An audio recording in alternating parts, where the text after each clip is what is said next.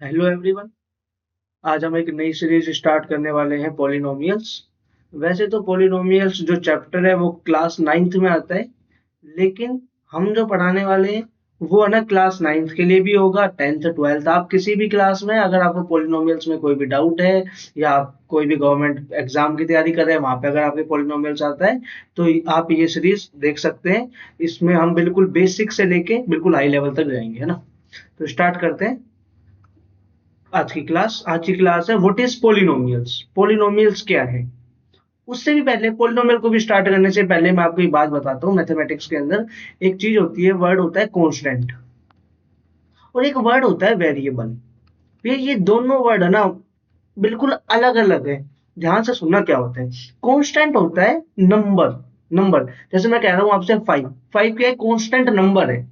Five क्या है, constant number. -5, 3, ये सब कांस्टेंट है। मुझे आपसे 5 रुपए लेने हैं तो फिक्स है, मुझे आपसे 5 रुपए ही लेने हैं, इसमें कोई दो राय नहीं है कि 5 6 नहीं।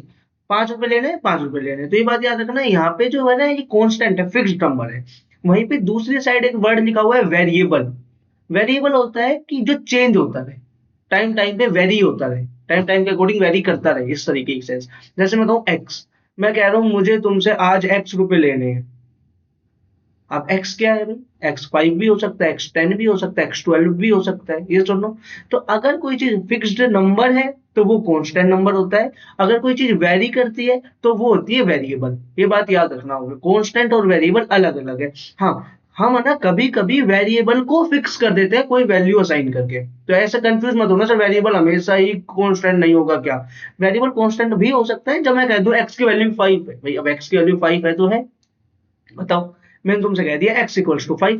अब तुम्हारे पास x क्या है सर, x5 है, तो x को फिक्स कर दिया मैंने। लेकिन x वेरी होता रहता है। अगर मैं फिक्स नहीं करता तो तुम्हारे अकॉर्डिंग x6 भी हो सकता था, 7 भी हो सकता था।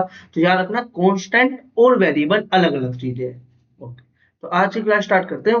Polynomials, what is polynomial. Definition देखो भाई, सबसे पहले क्या कहते हैं, definition of polynomial in x. मतलब एक वेरिएबल में डेफिनेशन है, और ब्रैकेट में तुमने कभी कभी देखा होगा in one variable. In one variable मतलब इस जो डेफिनेशन हम पोलिनोमियल से पढ़ने वाले हैं ना, इसके अंदर एक ही वेरिएबल है एक्स, उसके अलावा जो भी होंगे वो नंबर्स होंगे। ठीक है, देखते हैं। Polynomial in x is an algebraic expression. Polynomial क्या है, एक एक्सप्रेशन है, वो भी कैसा एल्जेब्राइक। एल्जेब्राइक क्या होते हैं, जो अपने ऐसे फंक्शन होते हैं x, x square, x cube, ये जो फंक्शन होते हैं ये हमारे पास एल्जेब्राइक होते हैं। अगर आपको नहीं पता तो कोई बात नहीं। हाँ, तो ये क्या है, polynomial in x is an algebraic expression of the form. किस फॉर्म का भैया, ए एन एक्स की power n plus a n -1 x की power n-1 and so on till a1x plus a nought. ध्यान से देखते थे एक्सप्रेशन कैसे लिखा हुआ है, a nought plus a1x plus a2x² plus करते करते करते कहां तक, ए एन -1 एक्स की power n-1 plus a n x की पावर n। सर हमें ये तो समझ आ गया, यहाँ पे x तो वेरिएबल है, और ये ए नोट, A1 A2 ये क्या भी है, जो ए के नीचे जीरो होता है इसे ए नोट पढ़ते हैं, ए नोट A1 A2 इस तरीके से पढ़ते हैं इनको। हाँ, तो ये क्या है, ये है कांस्टेंट नंबर जो हम इनको वैल्यू असाइन करेंगे। अभी कर ही लिए, भी करूंगा। और जो ये पावर चल रही है एक्स के ऊपर, पावर एक्सपोनेंट, पता है ना। लास्ट अभी हमने एक लास्ट करा हुआ है, अभी एक सीरीज कंप्लीट करी है नंबर सिस्टम, उसका अंदर है हमारे पास, हमने एक लेक्चर बना हुआ है पावर्स एक्सपोनेंट के नाम से, वो देख सकते हैं आप अगर आपको पावर और एक्सपोनेंट नहीं पता है तो। तो ये क्या है, एक्स की पावर 1, एक्स की पावर 2, करते करते एक्स की पावर n-1, एक्स की पावर n। क्लियर।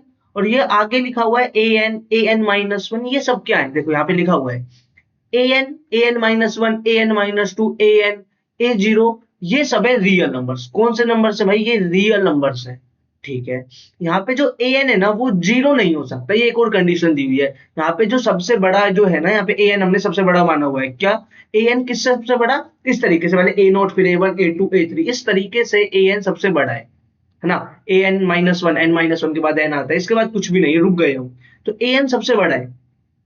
ठीक है सर, an सबसे बड़ा है, वो जीरो नहीं हो सकता। बाकी सब a जीरो हो सकते हैं, a0 जीरो हो सकता है, a2 भी जीरो हो सकता है, बाकी सब an जो भी दिख रहे हैं तुम्हें ये सब जीरो हो सकते हैं an जैसे, लेकिन an जीरो नहीं हो सकता। ठीक है, ऊपर से क्या है, n is non negative integer. n हमारा नॉन नेगेटिव इंटीजर है, n नेगेटिव भी नहीं हो सकता। क्लियर? क्लियर।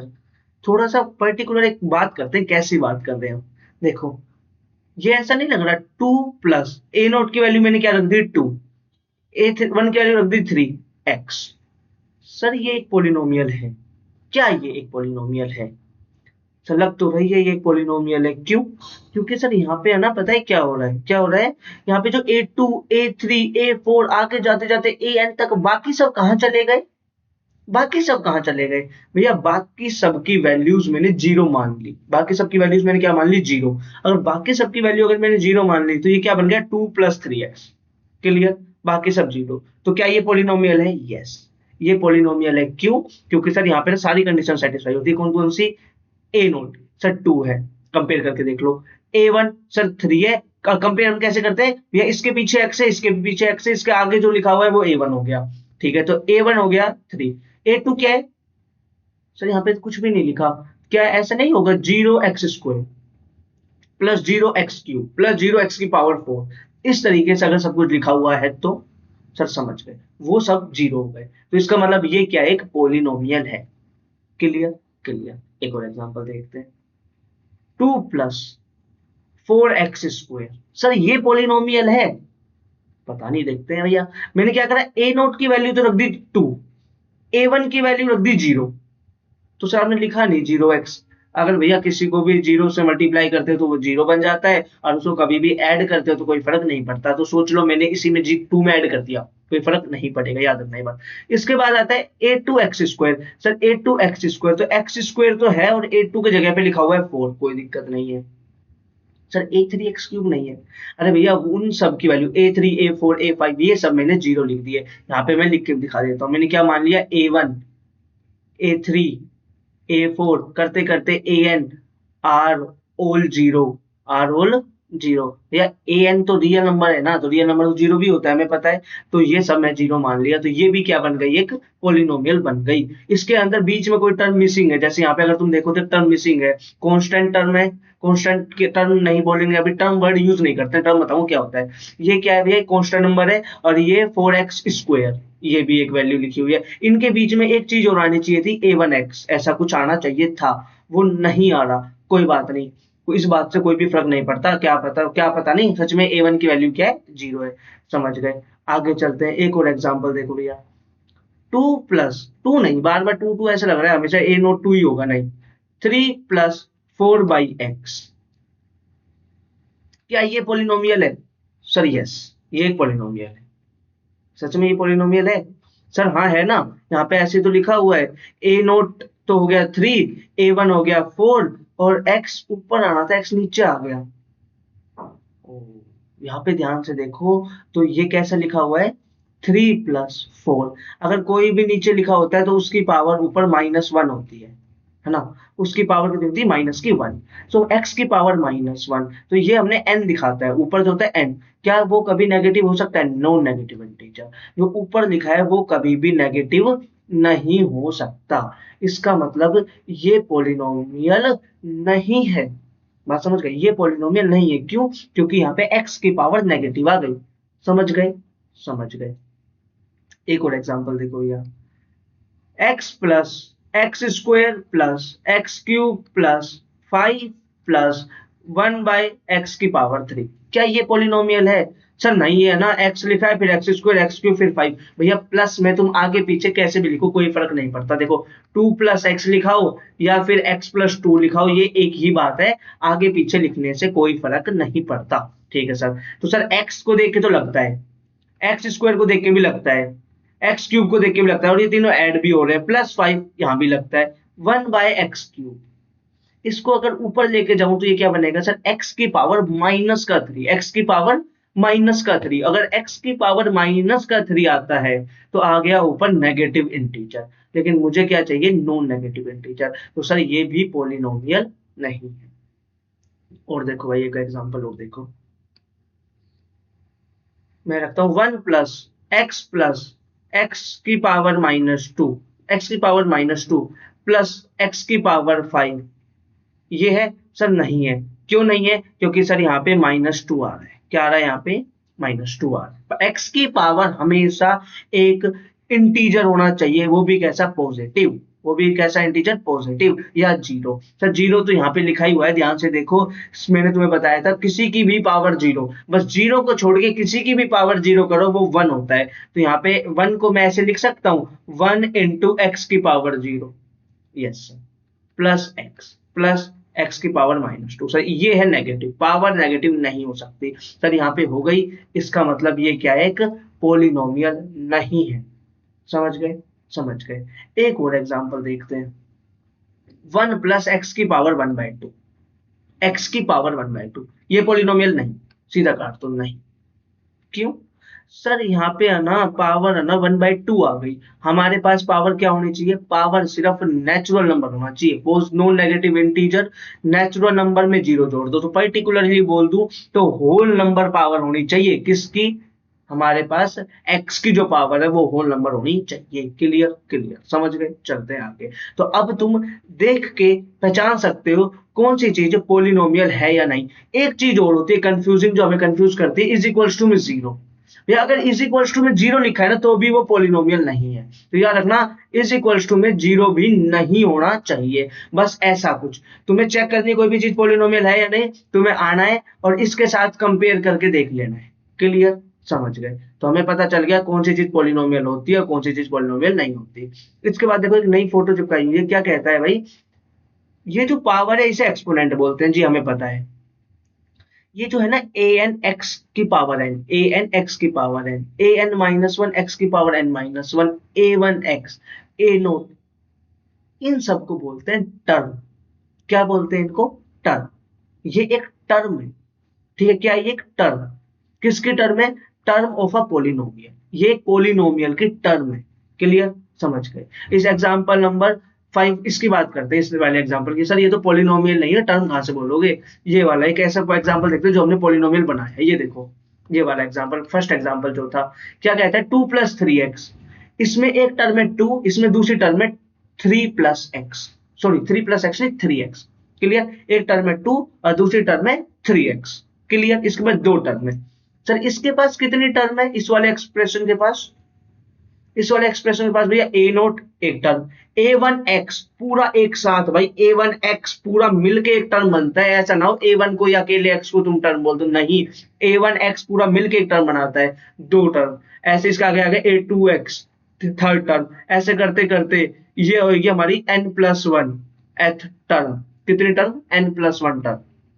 या देख लो ना, यहां से 1, फिर इसका अगर 2 3 n, तो ये हो गया, और एक जीरो, तो जीरो से लेके 2 तक कितने नंबर, 0 1 2 3 नंबर। ये याद रखना, जीरो को अगर काउंट करते हो तो एक से स्टार्टिंग होगी काउंटिंग से, तो एक नंबर इंक्रीज हो जाएगा, 5 तक जा रहे तो 6 हो जाएंगे, n तक जा रहे तो n+1 हो जाएंगे। तो एक एक्सप्रेशन ऐसा जो लिखा हुआ है, इसके पास कितनी टर्म है, n+1। समझ गए, टर्म समझ आ गया। ऑपरेटर, भैया वो ऑपरेशन है, जैसे यहाँ पे प्लस लिखा हुआ है, ऑपरेटर प्लस ऑपरेशन है। जो ये आखिरी में लिखा हुआ है जिसके साथ एक्स नहीं है, वो क्या है, कांस्टेंट। सर सही बात है, स्टार्ट ही आज की क्लास यहाँ से करी थी, किसके साथ, कांस्टेंट के साथ। ये है कांस्टेंट नंबर, क्योंकि इसके साथ कोई भी वेरिएबल नहीं है, वेरिएबल ना तो ये वेरिएबल है ना इसके साथ कोई वेरिएबल है, तो इसलिए इसको बोला हमने कांस्टेंट नंबर। क्लियर। इसके बाद एक वर्ड और बहुत इंपॉर्टेंट आता है भाई, कोफिशिएंट। टर्म में और कोफिशिएंट में भाई बहुत ज्यादा कंफ्यूजन होती है, तो एक बार ना बिल्कुल ध्यान से सुन लेना। टर्म तो मैंने बता दिया भैया, उसके अंदर एक्स भी आता है, कांस्टेंट भी आता है उसके आगे वाला। क्लियर, वो होती है टर्म। अब बात आती है कोफिशिएंट। क्या होता है कोफिशिएंट, होता है वो जो तुम्हारे वेरिएबल, हमने कौन से वेरिएबल यहाँ पे यूज किया हुआ है, एक्स वेरिएबल यूज किया है, एक्स के आगे जो भी लिखा हुआ होता है ना, वो होता है भैया मेरा क्या, कोफिशिएंट।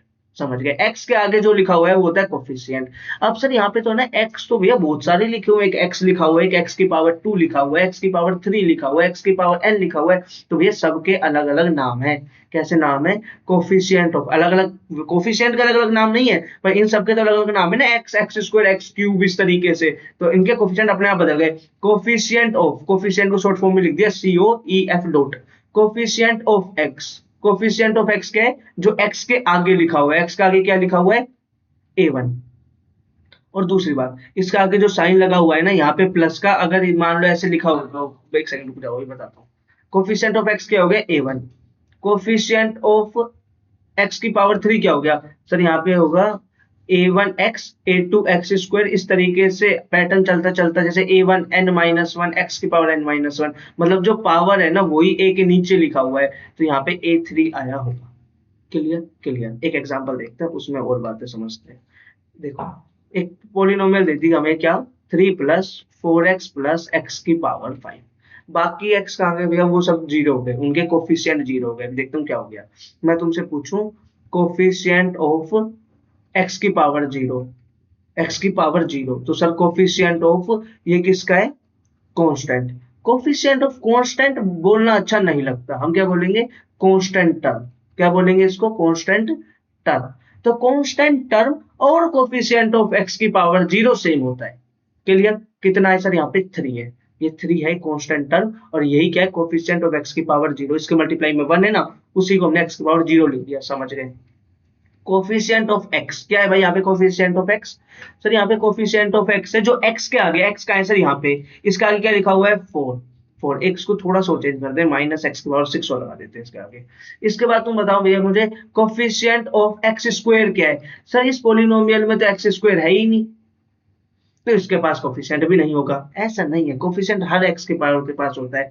क्या है भाई यहाँ पे coefficient of x square, sir coefficient of x square इस पोलिनोमियल में नहीं दिख रहा, इसका मतलब वो कुछ जीरो से मल्टीप्लाई हुआ होगा, तो उसका कोफिशिएंट क्या है, जीरो। समझ गए। जो भी x की पावर तुम्हें पोलिनोमियल में नहीं दिख रही, उसका मतलब क्या, उसका कोफिशिएंट जीरो है, उसका क्या है, कोफिशिएंट। और ये हमने कोफिशिएंट किसे देखे थे, a0 a1 इस तरीके से।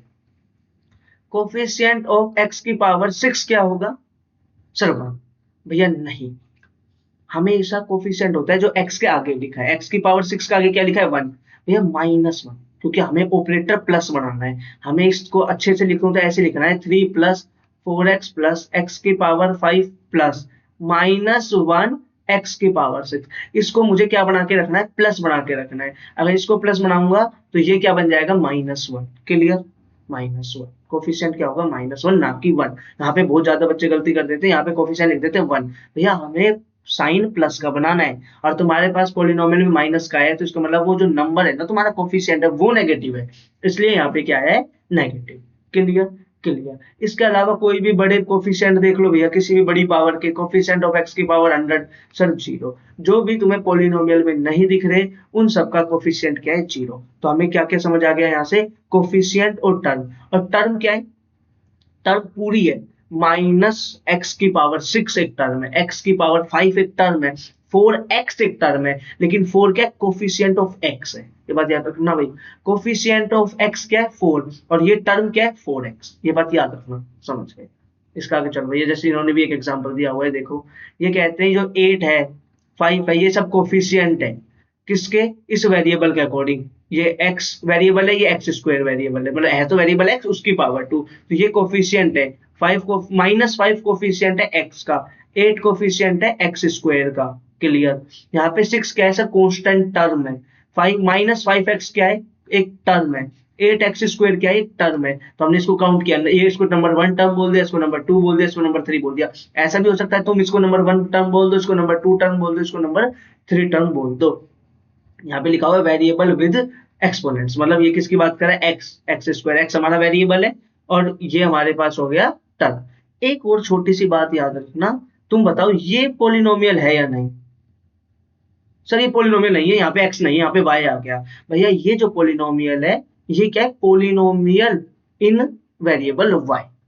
क्लियर। हमने क्या लिखा था, पोलिनोमियल इन x, ये क्या है, पोलिनोमियल इन y। तो इस बात से कोई फर्क नहीं पड़ता, ठीक है।